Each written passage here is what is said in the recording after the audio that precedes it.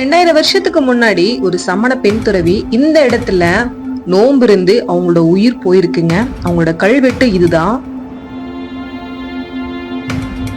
நம்ம சேனல்ல சேர சோழர் பாண்டியர்னு கட்டின எல்லா கோவிலுமே பார்த்துட்டு இருக்கிறோம். அந்த பட்டியல்ல இன்னைக்கு சமணர்கள் கட்டின ஒரு பிரம்மாண்டமான கோயில தான் பார்க்க போறேங்க. அதாவது ஒரு 2000 வருஷத்துக்கு முன்னாடி நம்மளோட தமிழ் எழுத்துக்கள்ல அவங்களோட கோயில்ல இப்படி பொறிச்சு வச்சிருக்கிறாங்க. இது நம்ம தமிழர்களா இருந்து நம்ம பெருமைப்பட வேண்டிய விஷயம். அதுதான் இந்த கோவில் எங்க இருக்குது, எப்படி போகணும் அப்படின்ற ஃபுல் டீட்டெயில்ஸ் சொல்றேன். ஸோ வாங்க நம்ம வீடியோக்குள்ள போகலாம்.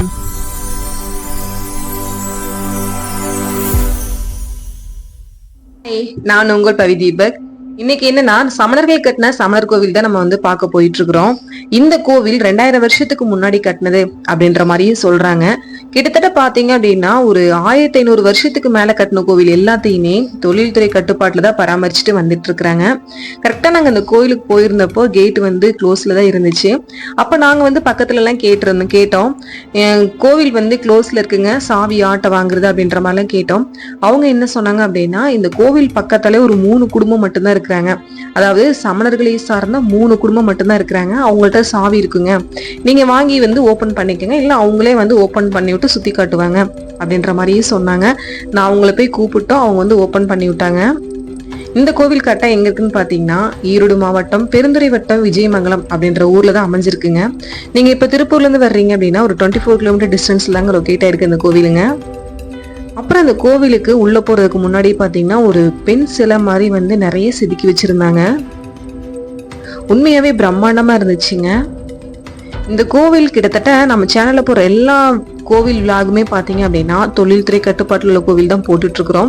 ஸோ உங்களுக்கு இன்ட்ரெஸ்டிங்கா தான் இருக்கும்னு நினைக்கிறேன். அப்புறம் அவங்களும் கோவில் ஓபன் பண்ணிவிட்டு நமக்கு சுத்தியெல்லாம் காட்டினாங்க.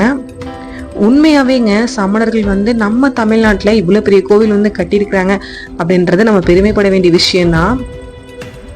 அப்புறம் உள்ள போனதுக்கு அப்புறம் பாத்தீங்கன்னா பயங்கரமா புல்லரிச்சு போச்சுங்க. அப்பா எவ்வளவு பெரிய கோவில் அப்படின்ற மாதிரியும் புல்லரிச்சிருச்சு. அப்புறம் இந்த கோவிலை சுத்தியும் பாத்தீங்க அப்படின்னா பராமரிப்பெல்லாம் நல்லாதான் இருந்துட்டு இருக்குங்க. அப்புறம் அந்த கோவில் உள்ளவங்கள்ட்ட கேட்டோம், டைமிங் என்னன்னு கேட்டோம். காலைல 9 to ஈவினிங் 6 மணி வரைக்கும் ஓப்பன்ல இருக்குங்க, அது வரைக்கும் பாத்துக்கலாம் அப்படின்ற மாதிரியும் சொன்னாங்க. அப்புறம் இங்க ஒரு 2 டிராகன் பிக்சர் மாதிரி இருந்துச்சுங்க. அதாவது அந்த கல்லுலேயே செதுக்கியிருந்தாங்க. இப்போ நம்ம சைனீஸ் மூவி, ஜப்பான் மூவிலாம் பார்த்துருப்போம்.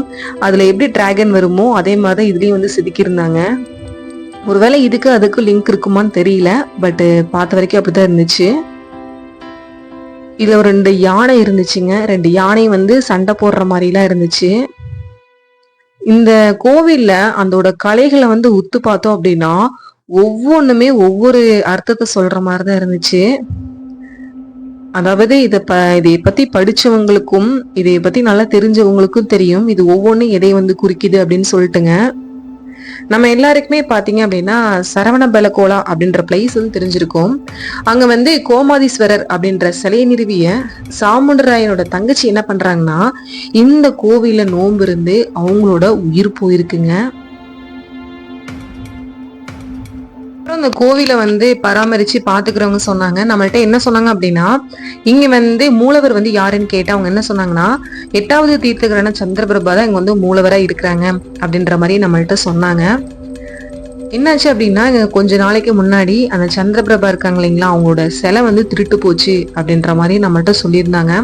அது கொஞ்சம் நமக்கு வருத்தம் அளிக்கிற விஷயம்தான். ஏன்னா நம்மளோட பாரம்பரியம், நம்மளோட கலாச்சாரத்தெல்லாம் பாதுகாக்கிறது நம்மளோட வேலை தான். அப்புறம் அந்த கோவிலை சுத்தி பாத்தீங்க அப்படின்னா ஃபுல்லாவே தமிழ் எழுத்துக்கள் பொறிக்கப்பட்டிருந்துச்சுங்க. ஒரு சில இடத்துல பிராமின் எழுத்துக்கள் அப்படின்ற மாதிரி பொறிக்கப்பட்டிருந்துச்சு. இந்த ஒரு சிலை பாத்தீங்கன்னா, அதாவது இந்த வடிவம் ஹனுமான குறிக்கிற மாதிரி இருந்துச்சு. அப்புறம் நிறைய இந்த கோவில அந்த கல்வெட்டுகள்லாம் பார்த்தோம்னா ஒவ்வொன்றும் தான் குறிக்கிறது. அப்புறம் இந்த கோவில் கிட்டத்தட்ட 2000 வருஷத்துக்கு முற்பட்டது அப்படின்ற மாதிரியே சொல்லியிருந்தாங்க. அதாவது இப்போ இந்த கோவில் கொங்கு நாட்டுல தான் அமைஞ்சிருக்குங்க. முன்னொரு காலத்துல கொங்கு நாடு 24 நாடா பிரிச்சிருக்கிறாங்க. அதுல குறும்ப நாட்டுல தான் இந்த கோவில், இந்த இடம் இடம் பெற்றிருக்குது அப்படின்ற மாதிரியே சொல்லியிருக்கிறாங்க. அப்புறம் நோட் பண்ணதுல பாத்தீங்க அப்படின்னா இந்த கோவில்ல தமிழ் எழுத்துக்கள் எல்லாமே தெளிவா இருந்திருக்கு. அதான் நம்ம படிக்கக்கூடிய விஷயத்துலதான் இருக்குதுங்க. இந்த கோவில்ல அந்த கோபுரத்தை என்ன சொல்லுவாங்கன்னா நெட்டை கோபுரம் அப்படின்ற மாதிரி சொல்லுவாங்க. இந்த கோவில்ல ஃபுல்லாவே அந்த கேர்ள்ஸ் நடனமாடுற அந்த சிலை மாதிரி நிறைய இருந்துச்சுங்க. அதுக்கப்புறம் வந்து நானும் நிறைய நோட் பண்ணேன், எந்த கோவிலே இல்லாத மாதிரி இந்த கோவில்ல பெண் சிலைகள் வந்து அதிகமா இருந்துச்சுங்க. அதாவது பெண்களோட கல்வெட்டுகள் வந்து அதிகமா இருந்துச்சு. அது என்னன்னு நானும் கேட்கும்போது அவங்க என்ன சொன்னாங்கன்னா, கொங்கு வெளிர் அப்படின்ற ஒரு அவங்களை சார்ந்த சிலை தாங்க இது எல்லாமே அப்படின்ற மாதிரியும் சொன்னாங்க.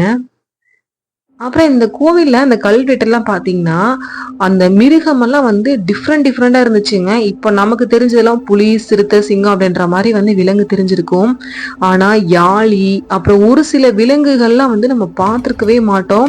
அது வந்து கெஸ் கூட பண்ண முடியாதுங்க. இது என்ன விலங்குன்னு கோவில்லாம் வந்து சுத்தி காட்டுறவங்கள்ட்ட வந்து கேட்டுட்டு இருந்தேங்க.